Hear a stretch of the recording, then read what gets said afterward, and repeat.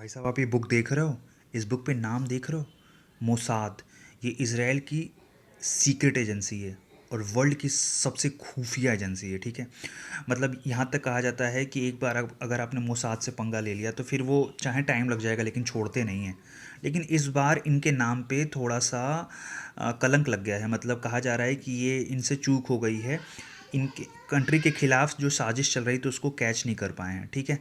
तो अब इस मोसाद की ये कहानी है कि जब 2008 में ताज होटल पर अटैक हुआ था तो मोसाद ने ही कहा था, इसराइल ने कहा था कि आप हमें दे दीजिए ये केस, हम 48 घंटे में सॉल्व कर देंगे। लेकिन इंडिया ने मना कर दिया था, ठीक है। लेकिन तब की बात है। मैं मोसाद के बारे में आपको बता रहा हूँ। इस किताब को परचेज़ करने का रीज़न क्या था कि ये मोसाद कहाँ से आया, मोसाद मतलब कहाँ से फेमस हुआ। मोसाद तो था ही लेकिन फेमस कहाँ से हुआ। इस किताब में जो कहानी लिखी उस कहानी से फेमस हुआ। अभी कहानी क्या है, इस कहानी को अगर आप पढ़ोगे, वैसे मैंने पढ़ी नहीं है, बुक पढ़ नहीं पाए थे, लेकिन इसकी कहानी मुझे पता है। लेकिन पढ़ने के लिए मैंने ली थी, पढ़ नहीं पाए। अभी कहानी क्या है, कहानी सुन लो आप। कहानी मैं बता दूं। 1960 का टाइम था। उस टाइम पे क्या हुआ कि कुछ ओलंपिक का फुटबॉल मैच चल रहा था। तो कुछ प्लेयर्स जो थे इसराइल के वो चले गए मैच खेलने। लेकिन क्या हुआ कि उनको मार दिया गया। 10 प्लेयर को मार दिया गया। अब ये बात कंट्री को पता चल गई, इसराइल को, कि भाई हमारे प्लेयर की डेथ हो गई है। लेकिन उस समय जो प्राइम मिनिस्टर थी, लेडी प्राइम मिनिस्टर थी, उन्हों लोगों को क्या दुख हुआ, ये दुख हुआ कि भाई आपकी कंट्री का नागरिक मरा है, प्लेयर मरा है, सिटीजन मरा है, आप ग्रीफ तो शो करो, शोक तो शो करो। लेकिन उन्होंने कुछ नहीं कहा, कभी सामने नहीं आई, कोई उन्होंने इंटरव्यू नहीं दिया इसके लिए, कोई उन्होंने ग्रीफ नहीं शो किया। तो लोग बहुत गुस्से में थे कि यार ये कौन सी बात होती है, ये वो।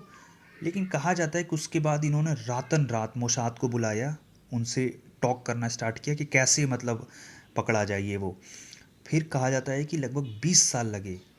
मतलब मोसाद की ये कहानी रही है कि जो इन इस कंट्री के लोग को मार देता है, चाहे वो उससे डायरेक्टली लिंक हो चाहे इनडायरेक्टली, ये उसको मार के ही मानते हैं। 20 साल लगाया और 20 लोग का इसमें ग्रुप था, 20 को मारा। मतलब यहाँ तक कि दूसरी कंट्री के होटल में जाके उसको मारा, ठीक है। और जब मार दिया 20 साल के बाद, तो वही प्राइम मिनिस्टर सबके सामने आई और उन्होंने क्या कहा, ये इंपॉर्टेंट है। उन्होंने कहा कि मैं ये नहीं चाहती थी कि मैं लोगों से कहूँ कि मुझे बहुत दुख है, हमारे लोगों की डेथ हो गई है, मर गए हैं। मैं चाहती थी, और केवल इसराइल ये चाहता है कि खून का बदला खून, दूसरा कुछ नहीं। मतलब अगर खून बहाया गया है तो खून बहाया जाएगा।